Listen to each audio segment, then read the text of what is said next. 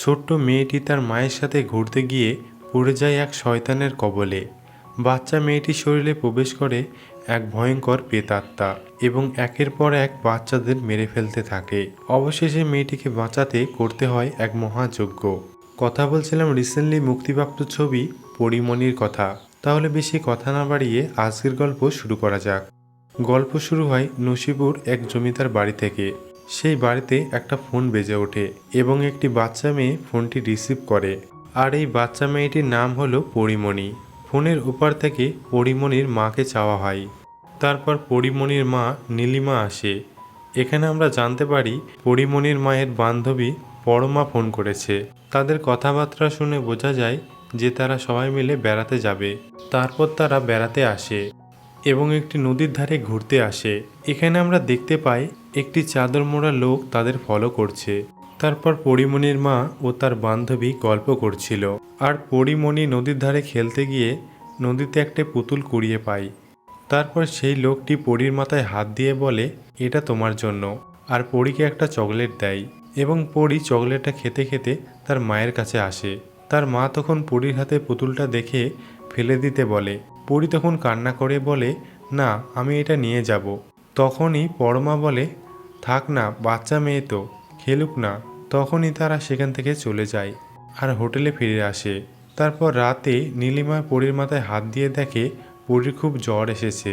নীলিমা বাইরে এসে হোটেলের স্টাফকে বিষয়টি জানায় এবং হোটেলের স্টাফ বলে, এত রাতে এখানে ডাক্তার পাওয়া যাবে না, এখন আপাতত জলপটি দিয়ে রাখুন।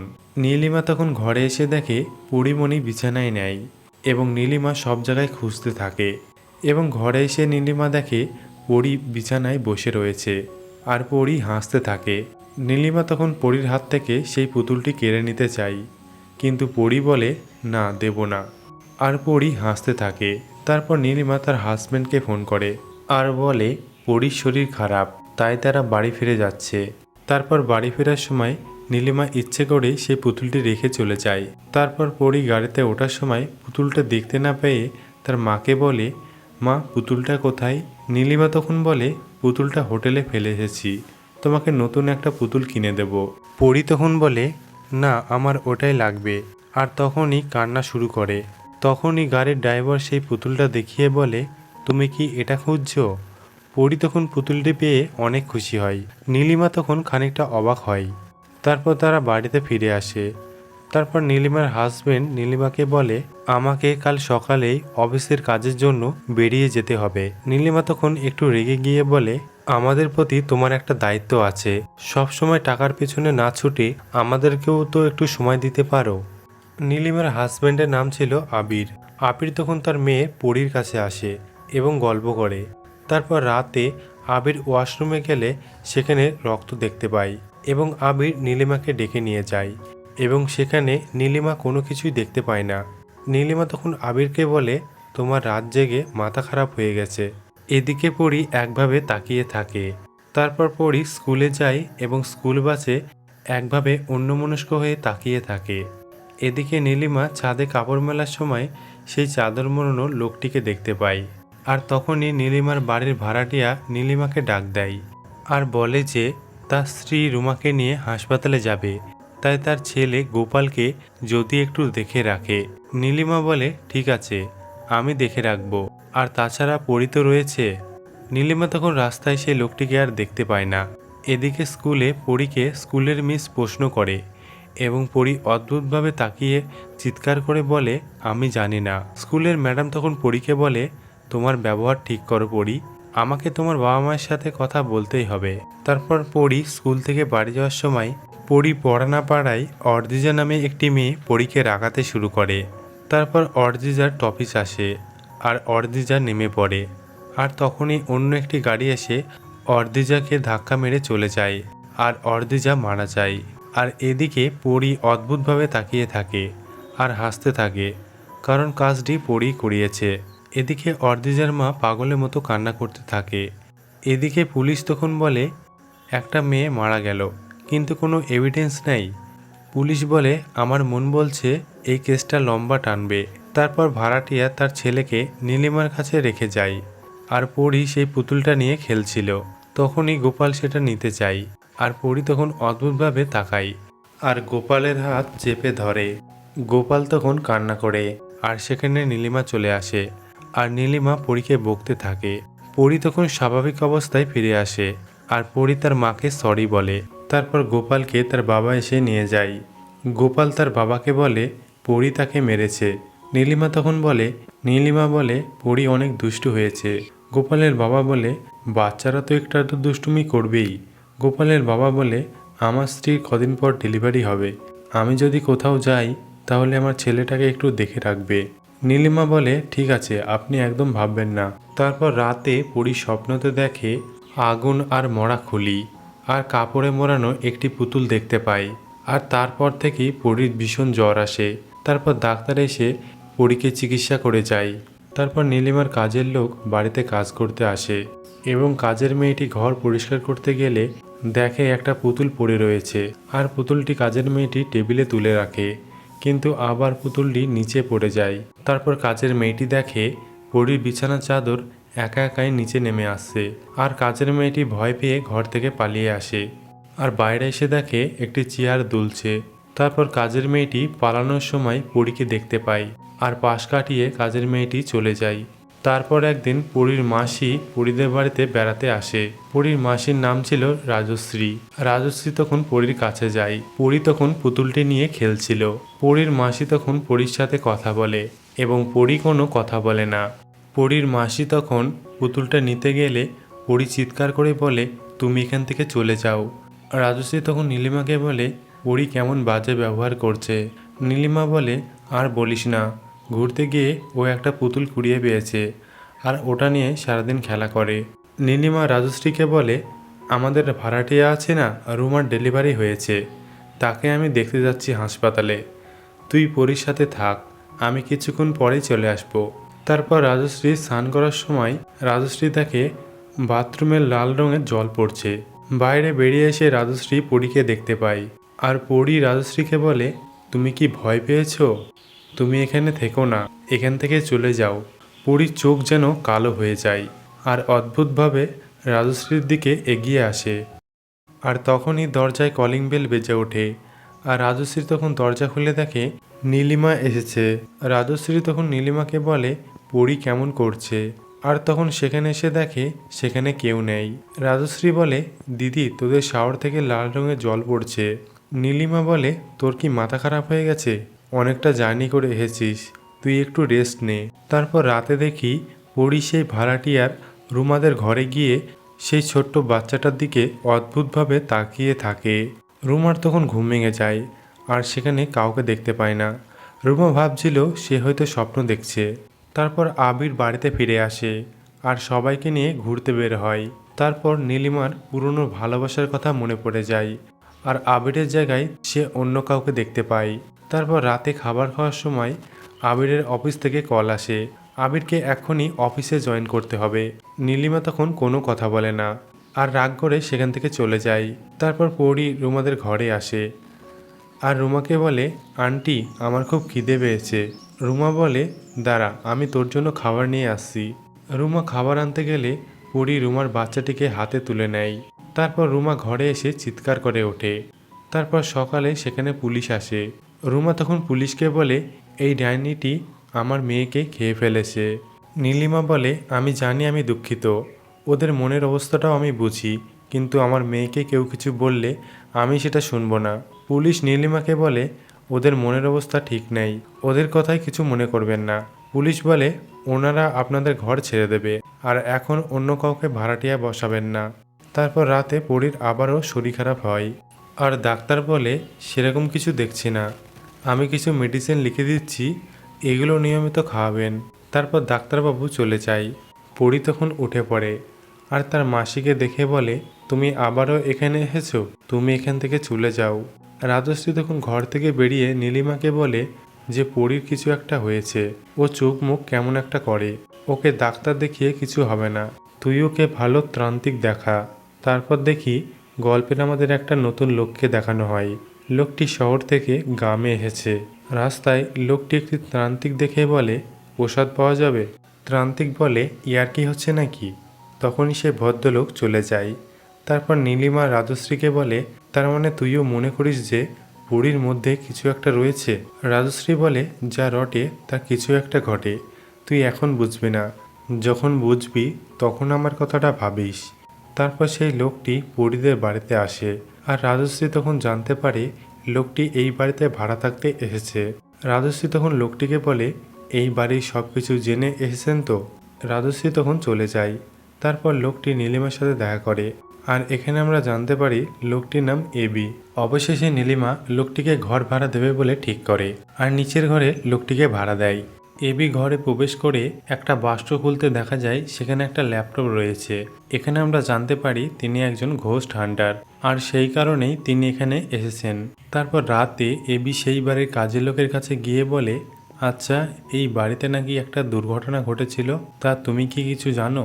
লোকটি বলে, শুনেছিলাম, কিন্তু আমি তখন সেই সময়ে কাজ করতাম না। তবে আমি গ্রামের লোকের কথাই শুনেছি এই বাড়ির ভাড়াটিয়ার মেয়েকে এই বাড়ির মেয়ে মেরে ফেলেছে। এবি বলে, এই বাড়ির ভেতরে খবর কি কিছু জানো? লোকটি বলে, একজন মহিলা জানে, সে আগে এই বাড়িতে কাজ করত, তবে কিছু কারণে ভয় পেয়ে কাজ ছেড়ে দিয়েছে। এবি তখন লোকটিকে কিছু টাকা দিয়ে বলে ওই মহিলাকে যেন এবির ঘরে কাজ করার জন্য নিয়ে আসে। সকালে এবি পুলিশকে ফোন করে বলে, আমি হসপিটালে পোস্টমর্টম রিপোর্ট আনতে যাচ্ছি, আপনিও ওখানে চলে আসুন। এখানে আমরা জানতে পারি এবি পুলিশের সঙ্গেই কাজ করছে। তারপর পরি জানলা দিয়ে এবিকে দেখে বলে, তুমি এখানে কেন এসেছো? তুমি এখান থেকে চলে যাও। এটা বলে পরি সেখান থেকে চলে যায়। তারপর হাসপাতালে পোস্টমর্টম রিপোর্ট নিয়ে এবি পুলিশকে বলে, এর আগে কি এরকম ঘটনা ঘটেছিল? পুলিশ বলে, এর আগে একটা বাচ্চা মেয়ে স্কুল থেকে ফেরার সময় অ্যাক্সিডেন্টে মারা গিয়েছিল।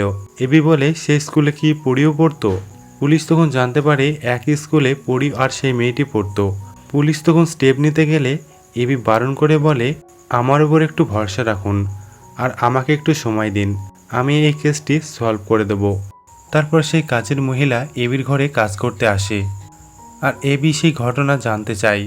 কাজের মেয়েটি বলে, এই বাড়ির মেয়ে পরি ওই ভাড়াটিয়ার মেয়েকে খেয়ে ফেলেছে। মেয়েটি বলে, আমার সাথেও এমন ঘটনা ঘটতে যাচ্ছিল, তাই আমি এই বাড়ির উপরতলায় কাজ ছেড়ে চলে গিয়েছি। পরি কুয়োতে ঝাঁপ দিচ্ছে এই স্বপ্নটা দেখে নীলিমার ঘুম ভেঙে যায়। তারপর নীলিমা পাশে দেখে পরি নেই। নীলিমা তখন পরীকে খুঁজতে যায় এবং পরি সামনে চলে আসে। নীলিমা পরীকে দেখে বলে, তুই এখানে কি করছিস? পরি বলে, সরি, আসলে আমার তো গরম লাগছিল, তাই আমি বাইরে গিয়েছিলাম। নীলিমা বেশ অবাক হয়। তার পর দিন নীলিমা পরীকে স্কুলে নিয়ে যাওয়ার সময় পাড়ার কিছু ছেলে নিজেদের মধ্যে বলা কওয়া করে যে, তাকাস না ওদিকে, না হলে খেয়ে ফেলবে। এদিকে এবি বসেছিল।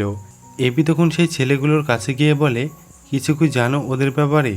ছেলেগুলো বলে, আপনি তো কিছুই জানেন না দেখছি। এবি বলে, আমি কিছুদিন হলো ওই বাড়িতে ভাড়া এসেছি। ছেলেগুলো বলে, ওই মেয়েটি একটা ডাইনি, কিছুদিন আগে ওই বাড়ির ভাড়াটিয়ার ছোট বাচ্চা মেয়েটিকে ওই মেয়েটি খেয়ে ফেলেছে, বাঁচতে চাইলে ওই বাড়ি থেকে চলে যান।